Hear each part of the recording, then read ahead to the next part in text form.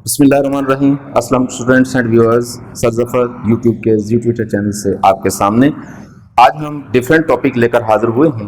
आज हमारा topic economics नहीं है, बल्कि आज हम तमाम स्टूडेंट्स के मसाइल पर बात करेंगे।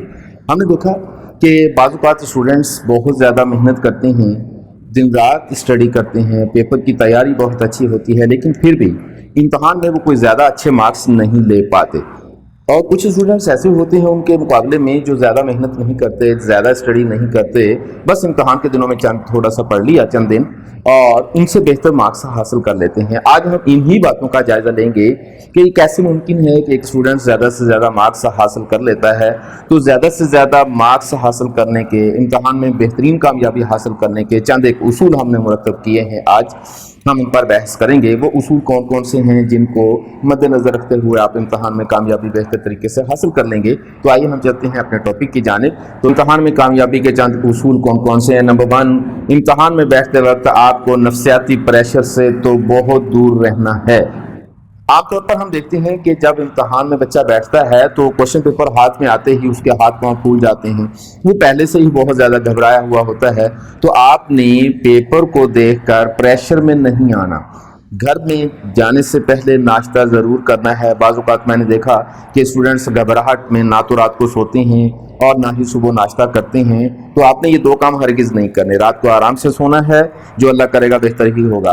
और दूसरा ये है कि सुबह आप नाश्ता करके घर से निकलेंगे, पेपर को हाथ में आते ही रिलैक्स करेंगे, हरगिज़ परेशान नहीं होंगे।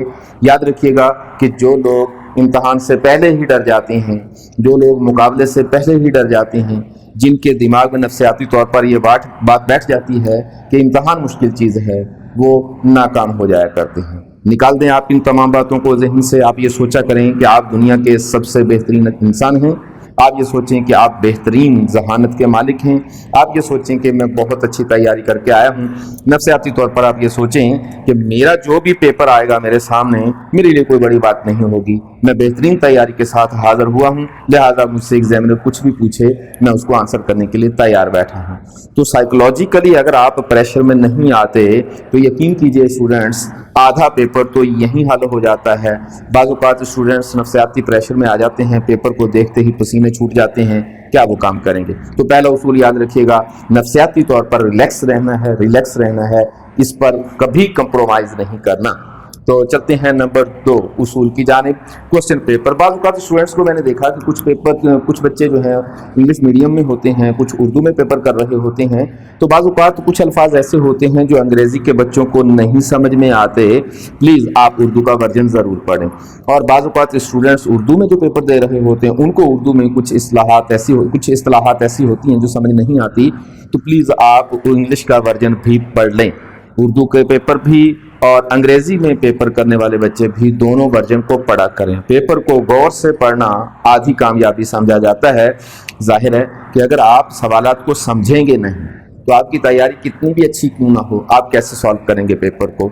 और आप अगर समझकर काम कर रहे हैं तो कहीं कुछ छोटी मोटी गड़बड़ है, कहीं कुछ छोटा मोटा प्रॉब्लम है तो उसको सॉल्व किया जा सकता है। तो आपने क्वेश्चन पेपर को थॉरोली पढ़ना है, गौर से पढ़ना है। अगर आपको 2 दफ़ा पेपर पढ़ना पड़ जाए तो इसको टाइम का ज़िया नहीं समझेंगे हम। पेपर समझ लिया आपने तो इसका मतलब यह हुआ कि आप बेहतरीन काम करने वाले हैं। आप पेपर ही नहीं समझ रहे, आपको एग्जामिनर क्या पूछ रहा है यही समझ नहीं आ रही, तो आप खुद ही बताएं स्टूडेंट्स कि आप कैसे पेपर को सॉल्व करेंगे। तो आपको पेपर हल करने से पहले क्वेश्चन पेपर को बहुत गौर से पढ़ना है। नंबर 3 उसूल है हमारे पास, सवालात को मार्क करें, तरतीब दें। जब आप क्वेश्चन पेपर को पढ़ लेते हैं तो प्लीज़ फिर आप उस पर टिक करें कि कौन कौन से सवाल मुझे आते हैं और कौन कौन से मैंने सवाल करने हैं। जब आप इनको टिक कर लेते हैं तो फिर आप उनको तरतीब दें। आप ये भी फैसला करें कि मुझे पहला सवाल कौन सा करना है, दूसरे नंबर पर कौन सा करना है, तीसरे नंबर पर कौन सा करना है। आमतौर पर लोगों का कंसेप्शन ये है कि हम जो सबसे बेहतरीन सवाल है मुझे आता वो हम सबसे पहले करें।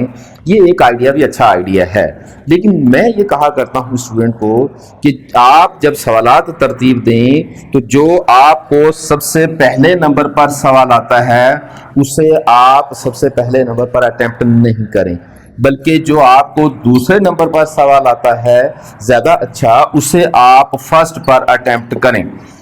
क्योंकि जब आप दूसरे नंबर पर आने वाले सवाल को पहले नंबर पर अटेम्प्ट करेंगे तो उसके बाद जब इस सवाल की बारी आएगी जो कि आप इसके बाद कर रहे होंगे तो एग्जामिनर ने आपका जो सवाल पहले चेक किया है वो तो ज़्यादा अच्छा नहीं था, लेकिन आपने बाद में जो सवाल किया है वो उससे भी ज़्यादा अच्छा होगा।